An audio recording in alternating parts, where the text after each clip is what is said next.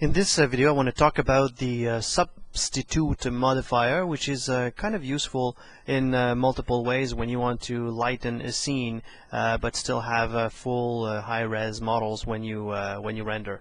So what I've got here is just a regular teapot. I've got 22 segments, not that important, but it's a high-res, kind of a mesh. So I want to replace that with in the viewport by something else. What I'll do here is I'll just draw a box around it.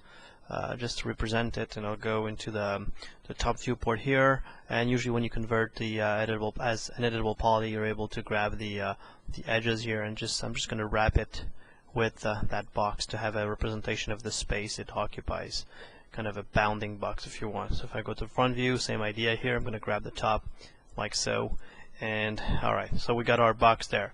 So what I want to do is I want to replace what I want to be able to see in the viewport is the box, and when I render I want to see the teapot. So what I'll do is I'll grab the box here and I'll apply the substitute modifier. So this is the substitute modifier. I want the substitute to be only displayed at render time, so I'm going to turn off in the viewport, and I want to pick a scene object. So I'm going to go here, and actually I'm going to use the pick by name, and I'm going to grab the teapot here. Now that the teapot has been defined to be the substitute, I can go in the teapot, I can select it, and I can hide the selection. And now what I've got in the scene is just that box. So if I orbit around, you see that I only got that box. But if I do render, what I'm going to see is the teapot there.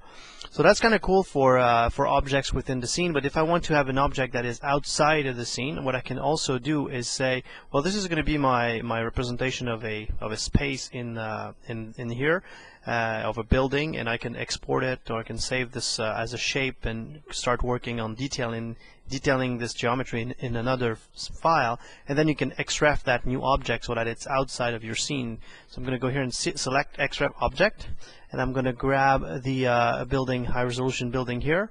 I'm going to grab that box, so that's an outside, it's done outside of the of this scene. And if I render that now, what I'm going to get is a much more detailed version of this building.